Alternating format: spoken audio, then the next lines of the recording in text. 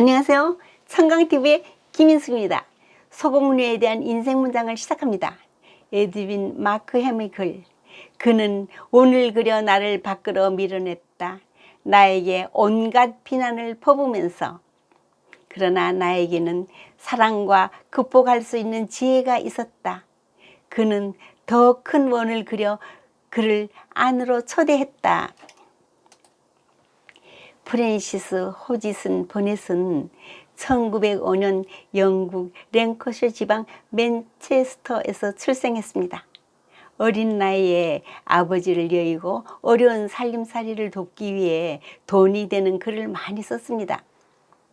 첫 번째 써낸 책은 로맨스물로 소녀들이 패션 잡지에 발표한 로리의 아가씨입니다. 여기서 재능을 인정받으며 진정한 작가로 거듭납니다. 작품으로는 소공녀, 소공자, 비밀의 화원 등이 있습니다. 소공녀는 아동문학 성장소설이죠. 원작명은 The Little Princess. 세라는 인도에서 부유한 아버지 랄프 데이와 함께 살다가 아버지의 종군으로 런던의 부잣집 아이들만 다니는 기숙학교에 맡겨집니다. 민친 선생은 세라 부친의 재력에 맞추어 세라의 방을 제일 넓고 경치가 좋은 곳에 정하고 세라가 인도에서 갖추었던 모든 소지품을 옮겨와서 최고의 방으로 꾸며줍니다. 세라는 상상력이 풍부하고 마음씨가 착해 친구들과 선생님들께 사랑을 받습니다. 명작을 릴레이로 읽는 시간에 듣는 아이들은 모두가 졸다가 세라가 원작과는 다르게 상상력을 발휘하여 꿈에서 들려주니까 아이들은 눈을 반짝거리며 세라에게 다가옵니다.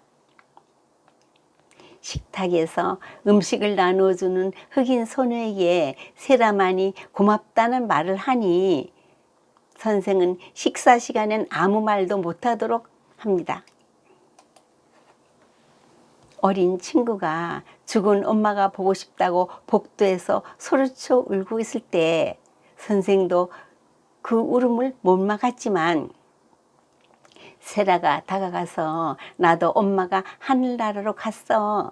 하지만 하늘 위에서 우리들을 내려다보고 있다며 우리도 언젠가는 천사가 되어 하늘나라로 간다고 말하며 위로해서 울음을 그치게 합니다. 밤마다 세라의 침실로 친구들이 모여들고 인도의 동화를 들려주어 친구들이 상상력을 발휘해 아름다운 마법의 세계로 인도했습니다. 세라의 생일날 민친 선생이 잔치를 성대히 차려주어 친구들과 즐거운 파티를 하고 있을 때 세라 아버지의 변호사가 학교를 방문했습니다. 세라 아버지가 사업 실패와 말라리아에 걸려 세상을 떠났다는 소식을 전합니다. 그의 모든 재산은 국가가 몰수했다는 말과 함께 세라는 하루아침에 공주 같은 생활에서 가난한 하늘로 전락합니다. 민친 선생은 지금까지 세라에게 제공했던 막대한 비용을 충당하려면 일을 해야 한다고 합니다. 세라는 민친 선생과 다른 하녀들 같은 반 친구 라비니아로부터 괴롭힘을 당하며 힘든 시간을 보냈습니다. 생쥐가 살고 있는 다락방에서 기숙사 청소를 하며 살아갑니다. 그럼에도 불구하고 세라는 절망하지 않고 항상 자신을 공주처럼 품위 있게 여기며 사람들에게 친절과 미소를 잃지 않고 굳굳하게 살아갑니다. 어려운 상황에서도 상상력과 희망을 잃지 않고 밤에 자기 방에 선생님 몰래 찾아온 친구들에게 계속 재미있는 이야기를 들려주죠. 같이 지내는 흑인 하녀도 세라에게 의지하며 위안을 얻습니다. 결국 세라의 진심과 선함이 주변 사람들에게 마음을 움직이게 합니다. 옆집으로 이사 온 신사가 바로 세라 아버지 친구 캐리 스포트인 것을 알게 되고 세라는 다시 행복하고 부유한 삶을 살게 됩니다.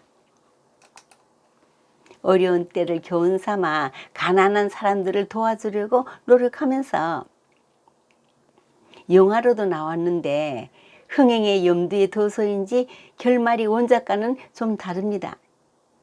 기억 상실증에 걸린 아버지는 세라와 극적으로 재회, 기억을 되찾습니다. 재산은 국가로부터 환수받고 아버지와 같이 흑인 소녀 친구와 함께 떠나는 것으로 마무리됩니다.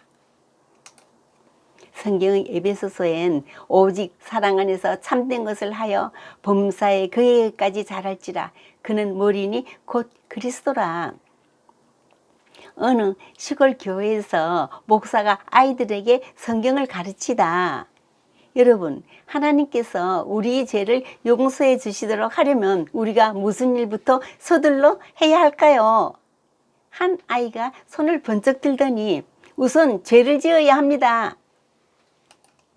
오늘도 좋은 계절에 좋은 생각만 하는 사람이 되십시오. 감사합니다.